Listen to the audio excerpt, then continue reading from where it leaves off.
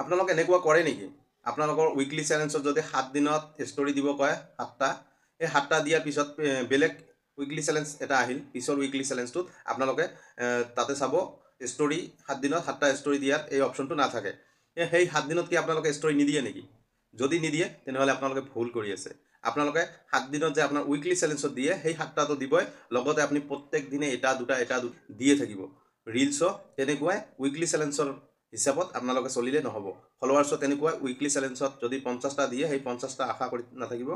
যে পিছৰ সপ্তাহত দিয়া নাই সেইকাৰণে আমি নকৰোঁ এনেকুৱা কৰিলে আপোনালোকৰ লছ হ'ব আপোনালোকে দৈনন্দিন যিখিনি কাম সেইখিনি কৰিয়ে যাব লাগিব ঠিক আছে আৰু যিকোনো সমস্যা হ'লে মোৰ কমেণ্ট বক্সত কমেণ্ট কৰি জনাব যিকোনো ধৰণৰ সমস্যা ফেচবুকত মই কমেণ্টটো আপোনাৰ উঠাই মই আপোনাক সলভ কৰি দিয়াৰ চেষ্টা কৰিম ঠিক আছে আৰু ভিডিঅ'খন ভাল লাগিলে লাইক কমেণ্ট শ্বেয়াৰ কৰিব কিন্তু লাইক কমেণ্ট শ্বেয়াৰ কৰিলে কি হয় আপোনালোকৰ